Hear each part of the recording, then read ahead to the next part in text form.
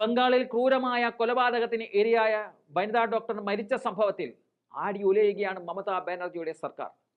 വലിയ ഭൂരിപക്ഷത്തിലാണ് അധികാരത്തിൽ ഇരിക്കുന്നതെങ്കിലും ബംഗാൾ ഒറ്റക്കെട്ടായി മമതയ്ക്ക് നേരെ തിരിയുമ്പോൾ തടഞ്ഞ് നിർത്താനുള്ള കെൽപ്പ് തൃണമൂൽ സർക്കാരിന് ഉണ്ടോ എന്ന ചോദ്യമാണ് ബാക്കിയാവുന്നത്.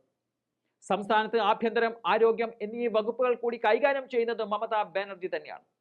അതേ മമത തന്നെ നീതി തേടി സമരം ചെയ്യുന്നതിന് വിരോധാഭാസം എന്നതാണ് പ്രതിപക്ഷ പാർട്ടികളും രാഷ്ട്രീയ നിരീക്ഷകരും പറയുന്നത്. പശ്ചിമ ബംഗാൾ പോലീസ് അന്വേഷണം കാര്യക്ഷമമായി നടത്തിയില്ലെന്ന് കണ്ടാണ് ഹൈക്കോടതി കേസ് CBIക്ക് കൈമാറിയിരിക്കുന്നത്. കേസുമായി ബന്ധപ്പെട്ട് ഉയർന്ന സുപ്രധാനമായ 9 ചോദ്യങ്ങൾക്ക് വ്യക്തമായ മറുപടി മമതയ്ക്ക് നൽകാൻ സാധിക്കുന്നില്ല. സർക്കാർ നിയന്ത്രണത്തിലുള്ള ആശുപത്രിയിൽ ഇത്ര വലിയൊരു ക്രൂരത എങ്ങനെ നടന്നു? കൊല്ലപ്പെട്ട ഡോക്ടറുടെ അഭാവം പിറ്റേ ദിവസം രാവിലെ ആരും എന്തുകൊണ്ട് ശ്രദ്ധിച്ചില്ല എന്നീ ചോദ്യങ്ങൾക്ക് ഉത്തരം പറയേണ്ടതുണ്ട്. സംസ്ഥാന ആഭ്യന്തര ആരോഗ്യ വകുപ്പ് മന്ത്രി കൂടിയായ മുഖ്യമന്ത്രിയാണ്. പക്ഷേ മമത നിശബ്ദയാണ്. ഈ ചോദ്യങ്ങൾ കൊൽക്കത്തയിൽ മാത്രമല്ല രാജ്യത്തെ തെരുവുകളിലെല്ലാം ഉയരുന്നുണ്ട്.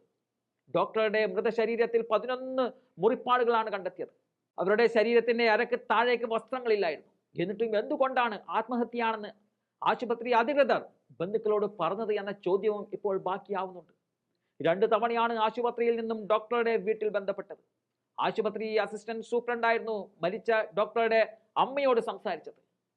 ആദ്യം അറിയിച്ചത് മകൾ പെട്ടെന്ന് അസുഖബാധിതയായി എന്നതായിരുന്നു.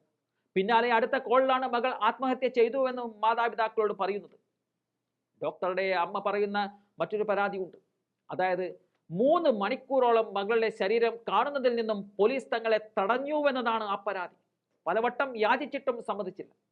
അന്വേഷണത്തെ ഒരു തരത്തിലും തടസ്സപ്പെടുത്തില്ലെന്ന് അഭ്യർത്ഥിച്ചിട്ടും അകത്തേക്ക് കയറ്റിവിടാൻ അനുവാദമില്ല എന്നതാണ് പോലീസ് പറഞ്ഞതെന്ന് അമ്മ പറയുന്നുണ്ട്. ആശുപത്രിയിൽ ചെസ്റ്റ് ഡിപ്പാർട്ട്മെന്റിലായിരുന്നു ഡോക്ടർ സേവനം അനുഷ്ഠിച്ചത്. മകൾക്ക് എന്താണ് സംഭവിച്ചതെന്നറിയാൻ ചെസ്റ്റ് ഡിപ്പാർട്ട്മെന്റിൽ മണിക്കൂറുകൾ കാത്തു നിന്നിട്ടും ആശുപത്രിയിലെ മുതിർന്ന ഉദ്യോഗസ്ഥരുടെ ഒരാൾ പോലും തങ്ങളെ വന്ന് കാണാൻ കൂട്ടാക്കിയില്ലെന്നും അമ്മ പറയുന്നുണ്ട്. ഈ ആരോപണങ്ങളിൽ പോലീസിന്റെ ഭാഗത്തു നിന്നും ഇതുവരെ പ്രതികരണങ്ങൾ ഉണ്ടായിട്ടില്ല. അതുപോലെ സംഭവം നടക്കുന്നതിന് ഒരു ദിവസം മുമ്പ് ഡോക്ടറുടെ കാറിന് കേടുപാടുകൾ സംഭവിച്ചിരുന്നുവെന്ന് അവകാശപ്പെട്ട സോഷ്യൽ മീഡിയ ഉപഭോക്താക്കൾക്കെതിരെ പോലീസ് നടപടി സ്വീകരിച്ചിരുന്നു. എന്നാൽ ഇതേ ആരോപണം ഡോക്ടറുടെ അമ്മ ഉയർത്തിനെതിരെ പോലീസ് ഇതുവരെ പ്രതികരിച്ചിട്ടുമില്ല. നിയമങ്ങളെല്ലാം തെറ്റിച്ചുകൊണ്ട് ആർജിക്കർ മെഡിക്കൽ കോളേജ് മുൻ പ്രിൻസിപ്പൽ സന്ദീപ് ഘോഷ് നടത്തിയ വാർത്താ സമ്മേളനത്തിൽ 9 തവണയാണ് ഡോക്ടറുടെ പേര് പരാമർശിച്ചത്. സുപ്രീം കോടതി ഉത്തരവിന്റെ നഗ്നമായ ലംഘനമാണ് സന്ദീപ് ഘോഷ് നടത്തിയത്. ഡോക്ടറുടെ വ്യക്തിഗത വിവരങ്ങൾ പരസ്യമാക്കിയതിന്റെ പേരിൽ സന്ദീപ് ഘോഷിനെതിരെ പോലീസ് എന്തെങ്കിലും നടപടി ഇതുവരെ സ്വീകരിച്ചതായി പറയുന്നുമില്ല. കേസുമായി ബന്ധപ്പെട്ട് സോഷ്യൽ മീഡിയ പോസ്റ്റുകളുടെ പേരിൽ 200ഓളം പേർക്ക് പോലീസ് നോട്ടീസ് അയക്കുകയും 1ലധികം FIRകൾ രജിസ്റ്റർ ചെയ്തിട്ടുമുണ്ട്. ആരെയോ സംരക്ഷിക്കാൻ TMC സർക്കാർ വ്യഗ്രത കാണിക്കുന്നുണ്ടെന്ന മറ്റു പാർട്ടികളുടെ ആരോപണത്തോടും മമത പ്രതികരിച്ചിട്ടില്ല എന്നും നമുക്ക് കാണാൻ സാധിക്കും.